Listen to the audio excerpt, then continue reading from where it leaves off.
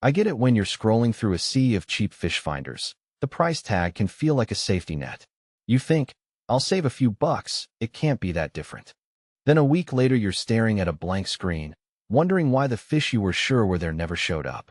That regret is the exact reason I'm looking at the Lowrance Eagle Eye 9 today. Is it the smarter buy that actually pays for itself on the water?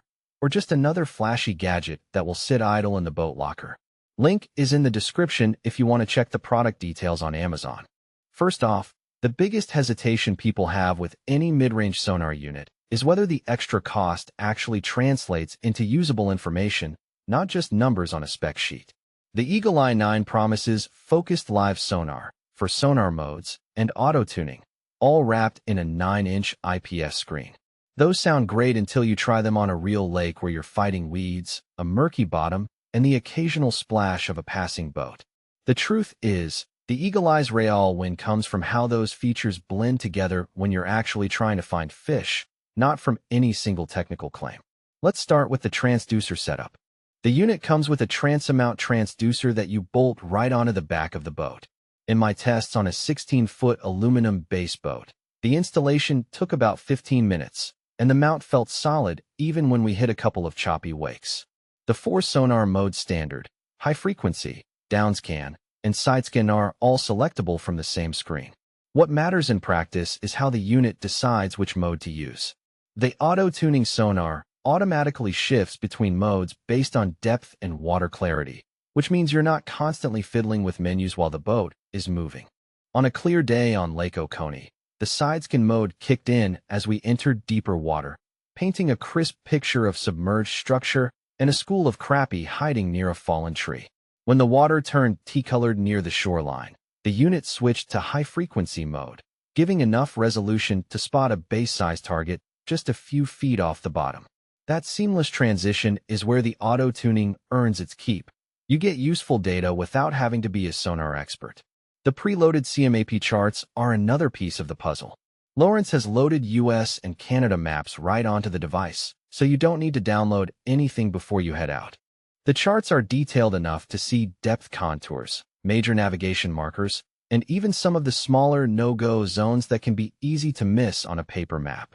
In a practical sense, that means you can plot a route to a favorite spot, set a waypoint, and then let the FishFinder keep you on course without having to switch between separate GPS units.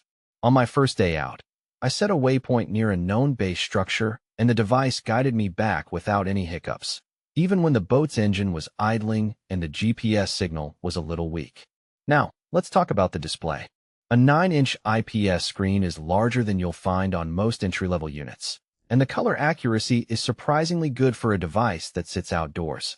When you're tracking a school of fish, the ability to distinguish subtle color changes in the sonar image can be the difference between a productive cast and an empty reel. The screen also stays readable under direct sunlight, thanks to a decent brightness level and anti-glare coating. I spent a full afternoon in bright midday sun and could still see the sonar returns clearly, which is something cheaper units often struggle with. All of these strengths add up, but they don't erase the product's trade-offs. The biggest practical weakness I found is the learning curve around waypoint management.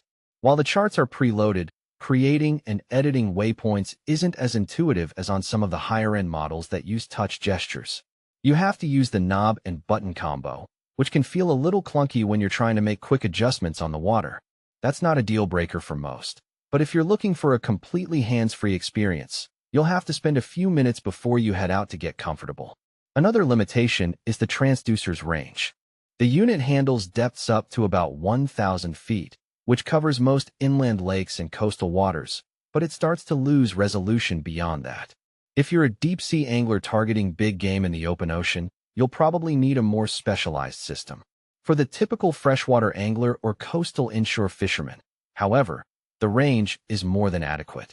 So who should buy the Lowrance Eagle Eye 9? If you're a serious weekend angler who wants a reliable fish finder that does more than just show a dot on a screen, this is a solid match.